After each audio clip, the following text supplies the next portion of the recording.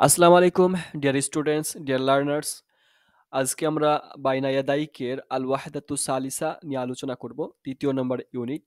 ইতিপূর্বে আমরা দুটো ইউনিট নিয়ে আলোচনা করেছি। আপনারা আমার চ্যানেলে গিয়ে প্লে লিস্ট পেয়ে যাবেন, সেখানে গিয়ে আপনারা দেখতে পারেন। তো সাকানু মানে হচ্ছে বসবাস। তো বসবাস সম্পর্কে এই ইউনিটটা নিয়ে আলোচনা করবে। বসবাস সম্পর্কিত যে সমস্ত টার্মসগুলো ব্যবহৃত হয় একজন অপরজনের সাথে কথোপকথন করবেন, সেগুলো নিয়ে আজকে এই ভিডিও।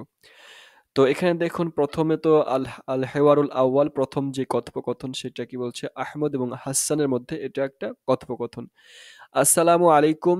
ওয়ালাইকুম আসসালাম, আহমদ এটা বলল, আর হাসান উত্তর দিল। এটা ইসলামিক অভিবাদন বা সম্ভাষণ। এরপরে আহমদ আবার প্রশ্ন করছে, আইনা তাসকুনু, তুমি কোথায় বসবাস করো? হাসান বলছে, আসকুনু ফি হাইয়িল মাতর, আমি বিমানবন্দরের এলাকায় বসবাস করি। ওয়া আইনা তাসকুনু আনতা, তুমি কোথায় বসবাস করো? হাসান প্রশ্ন করলো আহমদকে। আহমদ বলছে, আসকুনু ফি হাইয়িল জামিয়া, আমি বিশ্ববিদ্যালয়ের নিকটবর্তী বা বিশ্ববিদ্যালয়ের এলাকায় বসবাস করি।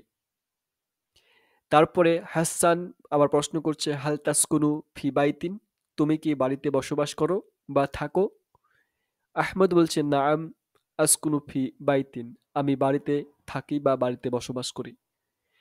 আবার আহমদ প্রশ্ন করছে, ওয়াহাল তাসকুনু ফি বাইতিন, তুমি কি বাড়িতে বসবাস করো বা থাকো? হাসান বলছে, লা, মানে না। আসকুনু ফি শাক্কাহ, আমি অ্যাপার্টমেন্টে বসবাস করি অথবা আমি ফ্ল্যাটে থাকি। তারপরে কি বলছে আহমদ? আহমদ বলছে, মা রাকমু সাক্কাতিকা, তোমার ফ্ল্যাটের নাম্বার কি?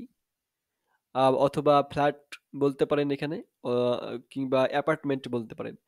তো এখানে অ্যাপার্টমেন্ট হচ্ছে, যেটা আপনার অ্যাপার্টমেন্টের নাম্বার কি? হাসান বলছে, খামসা, মানে হচ্ছে 5, 5 নম্বর অ্যাপার্টমেন্ট। ওয়ামা রাকমু বাইতিকা, তোমার বাড়ির নাম্বার কি?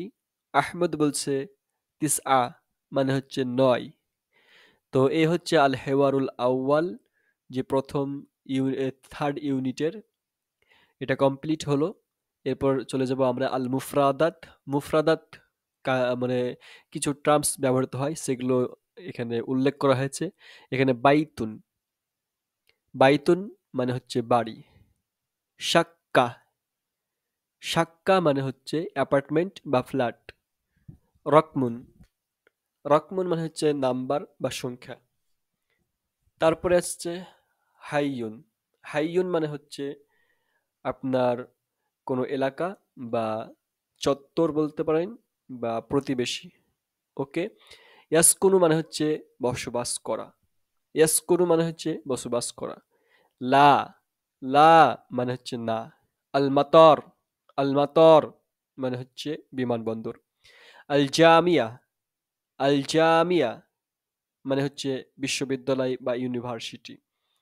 আর তাদরিব নিয়ে আলোচনা করব এখানে। সিল বাইনাল কালিমাতি ও সুরাতিল মুনাসিবা, সঠিক উপযুক্ত ছবি এবং শব্দের মধ্যে মিলাও।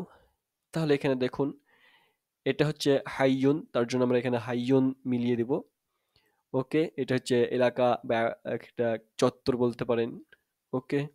তারপরে বাইতুন, তারপর বাইতুনের এটা হচ্ছে ছবি, ঘর বা বাড়ির ছবি এটা। তারপরে দ্বিতীয় নম্বর হচ্ছে আল মাতার, মাতার বিমানবন্দর, যেখানে বিমান অনেকগুলো থাকে বা ওয়েট করে। তারপরে হচ্ছে লা, মানে হচ্ছে না। এরপরে চলে আসবো রাকম, মানে হচ্ছে সংখ্যা বা রুম নাম্বার। তো এখানে দেখুন রুম নাম্বার এটাতে হবে, রুম যেহেতু দিয়েছে। তারপরে সাক্কা, অ্যাপার্টমেন্ট বা ফ্ল্যাট। তো এখানে দেখুন এটা ফ্ল্যাট বা অ্যাপার্টমেন্টের থাকছে। তারপরে হচ্ছে ইয়াসকুনু মানে বসবাস করা, তাহলে এখানে দেখুন বসবাস করছে। আল জামিয়া মানে হচ্ছে এগুলো ইউনিভার্সিটি, এটা হচ্ছে ইউনিভার্সিটি। তো এ পর্যন্ত আজকের যে ওয়াহাদাতুস সালিসা এর তৃতীয় ইউনিটের যে মুফরাদাত, তারপরে আল হেওয়ারুল আউয়াল নিয়ে আলোচনা করলাম। আশা করি আপনাদের কাছে ভালো লাগবে। যদি ভালো লাগে তাহলে অবশ্যই একটি করে লাইক করে দিবেন, আর সাপোর্ট করার জন্য সাবস্ক্রাইব করবেন। ধন্যবাদ।